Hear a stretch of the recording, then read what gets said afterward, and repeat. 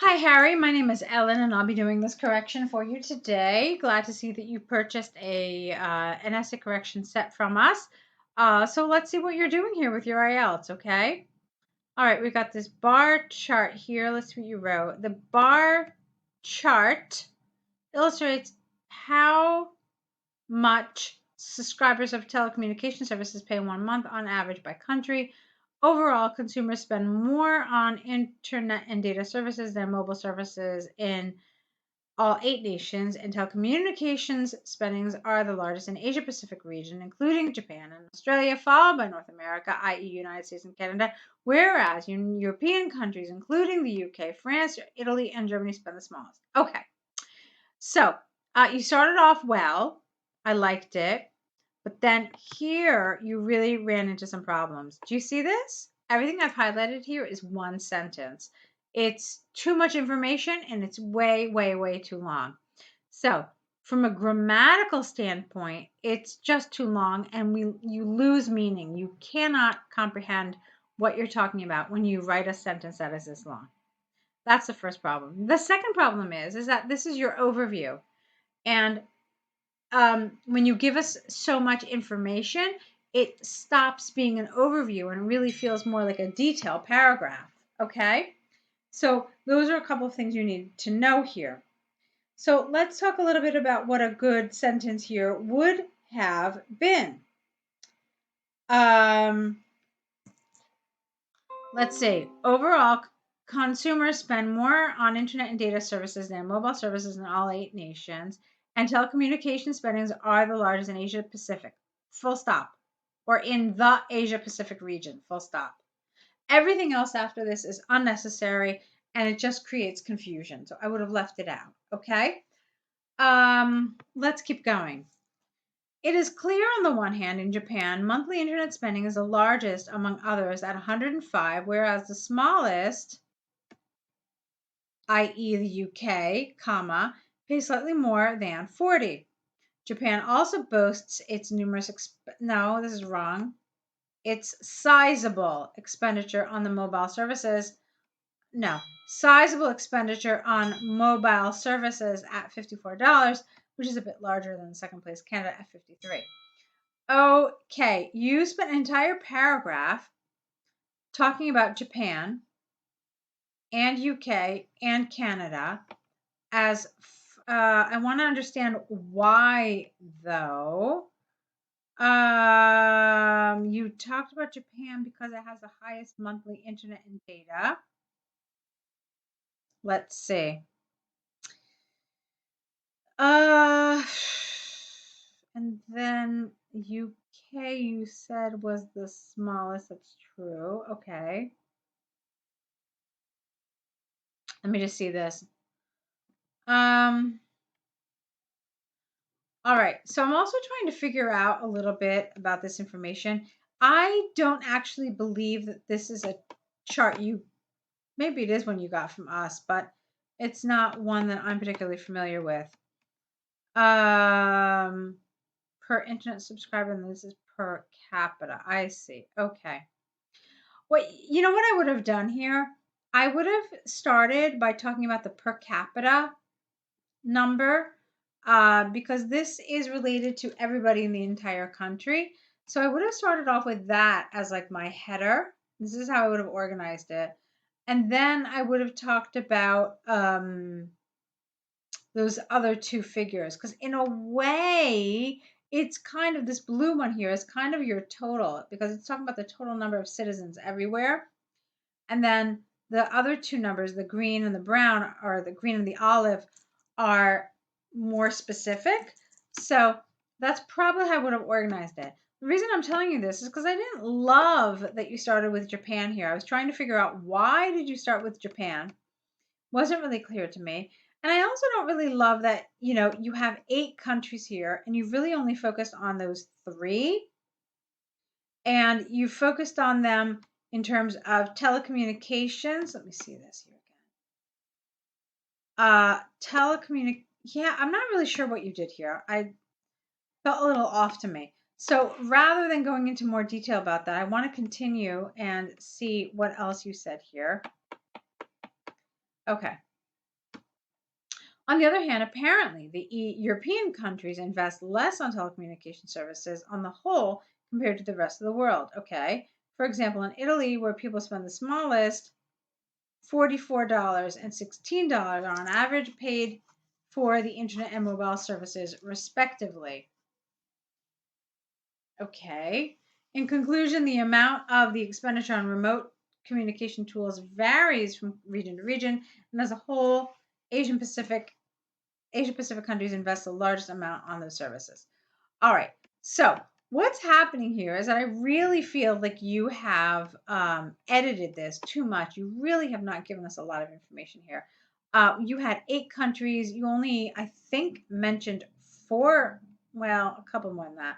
1, 2, 3, 4, 5, 6, 7. All right. Yeah, you mentioned them, but you didn't really tell us a whole lot about this.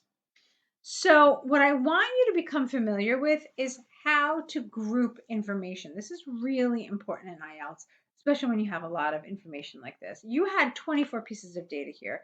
You cannot mention all of them, but there are ways to kind of group things together so that in essence you are talking about them without going into too much detail. So, as I told you before, the way I would have done this is I would have started with that blue bar, which is the per capita uh, for revenue for all telecommunication services. I would have said that Australia had the highest per capita, okay, figure for this, followed very closely by Japan. I would have said the lowest figure per capita was found in Italy at $51. And then I would have said that the remaining countries, and I would have named them, all fell between $67 and $90 per capita. All right, so then you've got a general idea about where these figures are. Then I would have said, as far as internet and data revenue are concerned, per subscriber, Japan's figure was the highest, which was exactly on par with its telecommunication services figure at 105. Okay. And then I would have talked about the second highest. The second highest was $33 less in Australia at $78. The lowest figure for this was, it looks like it's United Kingdom at 42, or you could have been more specific. You would have said it was $36 less in the United Kingdom, and the rest were in between this. Okay, you don't even have to say that because it's implied. You've already mentioned the countries. So if this is the highest, this is the second highest, and this is the lowest, you can assume that the rest are in there. And then I would have said, as far as, let's see. As far as mobile revenue per mobile subscriber are concerned, and I would have done something really, really short here. I would have said all the figures were between 15 found in Italy and 54, which was the highest in Japan. And then you're done. So you've already mentioned all the countries before. You've talked about those highs. You've talked about some of that variation. So here you can just do literally 1 or 2 sentences to cover this, which is a little less interesting, I'd say, than anything else. It has a lot less of a range. Okay, so it's really about grouping and knowing what to focus on. So that's my suggestion for this, okay? All right, so let's take a look at the international marketing essay. So let's see what you did here about the international marketing essay. In today's society, more and more companies are running their businesses internationally, branching out into different countries and regions from their home countries. Some argue that global marketing activities conducted by those companies exploit the targeted areas, just one T here. And others assert that these ESE multinational promotions are necessary for the targeted, again, 1T, countries, stating an economically educational aspect of the marketing. My stance towards this discussion is overall similar to the former one, because the global activities of getting attention of the consumers might prevent domestic companies operating in the invaded areas from expanding their businesses. Okay, So again, what we've got here is a little bit of what we saw in your previous essay, where you've got a sentence that's just a little too long and it's just a little too complicated, which prevents the meaning from coming across really nice and clearly. So where is it? Hold on, let me try it again. Here it is. So,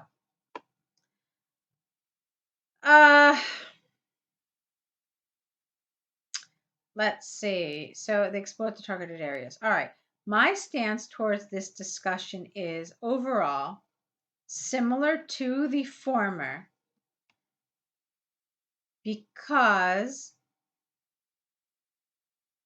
global marketing might prevent domestic companies from expanding their businesses in their markets. All right. And it's essentially what you said, but it's a little clearer, a little less wordy. And this simplicity is not a bad thing. It's not grammatically less advanced, but it's just cleaner and clearer and crisper and makes the meaning come across a lot better. Okay?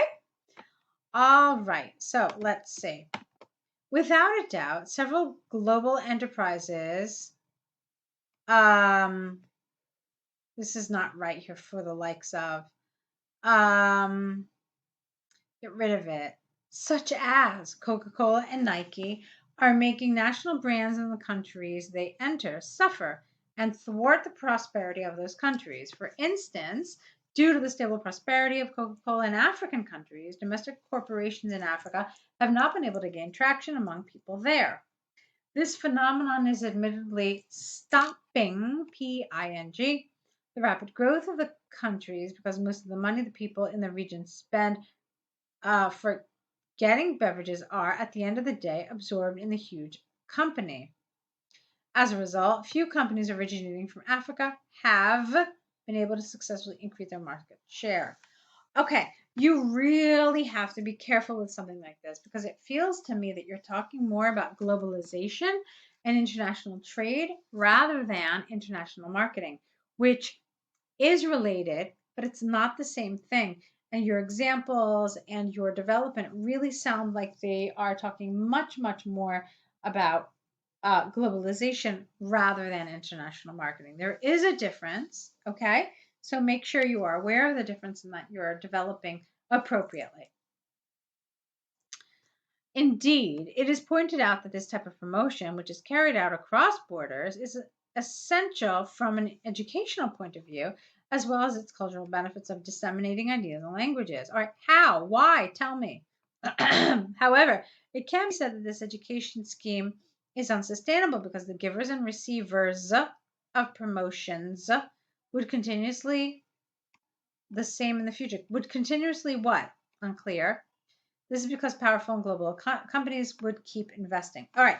So I like that in this paragraph you were talking about the educational element of international marketing. It felt like you were more on topic here, but then somewhere it got kind of lost because there was very little development. You didn't really support this argument and you didn't really get into any detail. So I'm left with the feeling that you were starting to be on the right track, but you didn't quite get there. Okay. So you talked about the education, you talked about disseminating ideas and languages. You never gave us any examples. So that was one place where you absolutely needed some support. You need to get into a little more detail about this. Okay. And then here you kind of switched sides. So you were talking about how great it is and how, it disseminates ideas. But then you were like, yeah, well, it does that, but really you can't rely on it. So it not only was it not developed, which would affect your task achievement score, but then it didn't really particularly have a central idea because you kind of switched sides in the middle. Okay, so it's a paragraph that definitely needs a lot of work. Even though I heard and I read a lot of really lovely vocabulary and a lot of lovely grammar. We do have to look at those areas of task achievement and coherence and cohesion to get you in a place where you would be scoring higher for this. So, in conclusion, although there are some educational merits of international promotion, overall it is harmful to the nations in question. All right, that was brief, fine. So you should have a really good idea about what some of the strengths of this essay were, as well as some of the weaknesses. Um, there are a couple of different options that you can choose from if you are interested in working with us moving forward. You can sign up for the online course, which is really comprehensive and tells you everything you need to know about the exam and how to do well in it. You'll also get some essay corrections in a package like that. Or you can select to just do the essay correction package where we work together and you continue to get feedback on your writing so that you can improve. So I think either one of those would be a good option for you. Take a look and see which one works.